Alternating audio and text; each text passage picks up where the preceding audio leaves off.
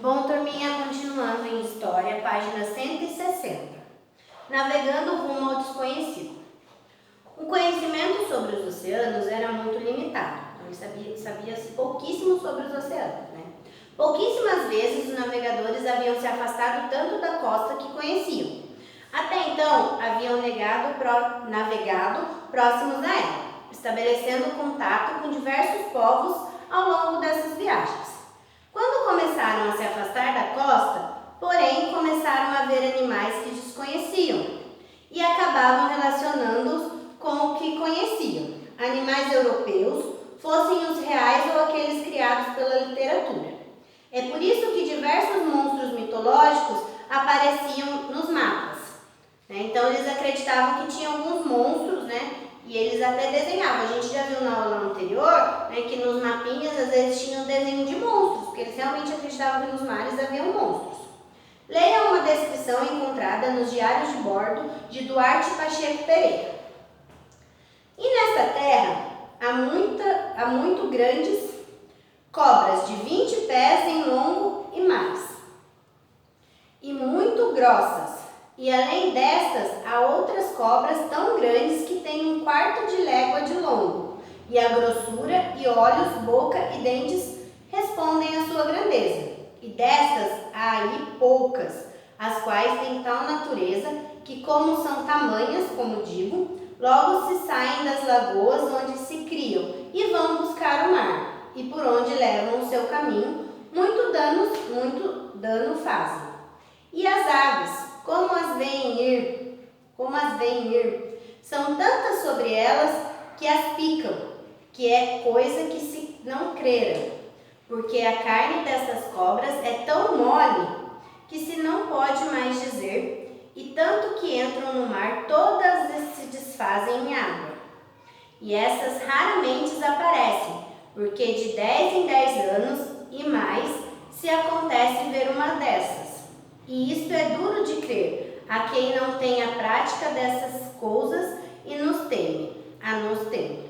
Gente, é uma leitura diferente, porque são algumas palavras diferentes, É um texto muito antigo, um diário de bordo muito antigo. Então tem expressões, termos que a gente até desconhece. Mas o que diz aqui, esse Duarte Pacheco, ele colocou sobre uma cobra muito grande, Então a gente pode até imaginar que seria, por exemplo, uma sucuri, ou a famosa anaconda que tem aí nos filmes. Então, uma cobra muito grande que até então eles desconheciam. Então, tudo que é novo, a gente teme um pouquinho, A gente fica assustado. Então, ele conheceu esses novos animais, esse novo tipo de cobra. Então, eles acreditavam que era um monstro, que ia para os mares.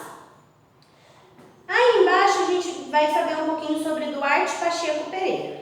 Importante navegador português, nasceu em 1460. Trabalhou diretamente para os reis portugueses Dom João II, Dom Manuel e Dom João III. Algumas teorias afirmam que ele foi um dos primeiros portugueses a viajar até a América.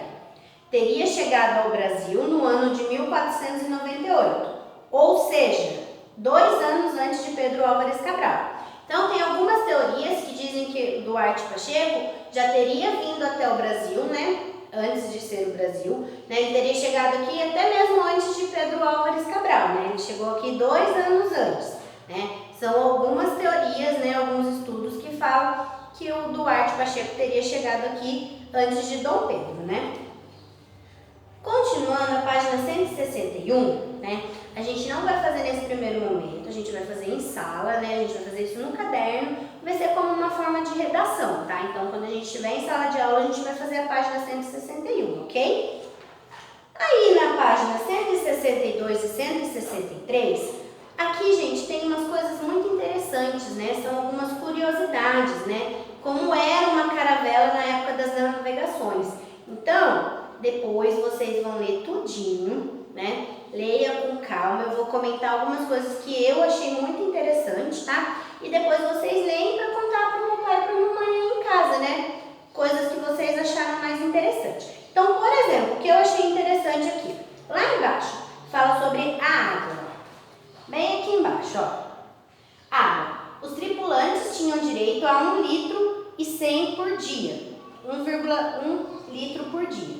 Outras bebidas também eram levadas, pois se conservavam por mais tempo. Então, as pessoas, né, os tripulantes que estavam nas caravelas, eles só podiam tomar 1 litro de água por dia, né? É bem pouco, porque o recomendado é que a gente tome pelo menos 2, né? Então, eles tomavam só metade da água, que é o ideal, né?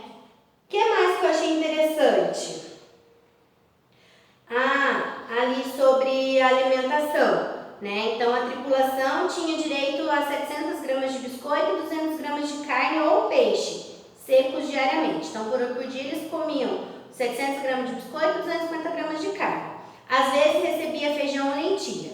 Era comum a comida estragar ao final da viagem. Quando o mar estava muito agitado, era impossível cozinhar, restando ao marujos comerem apenas queijo. Então, às vezes as comidas estragavam, e se o mar estivesse muito agitado, né, as caravelas ficavam balançando muito, não dava para cozinhar. Então, eles comiam durante o dia somente queijo.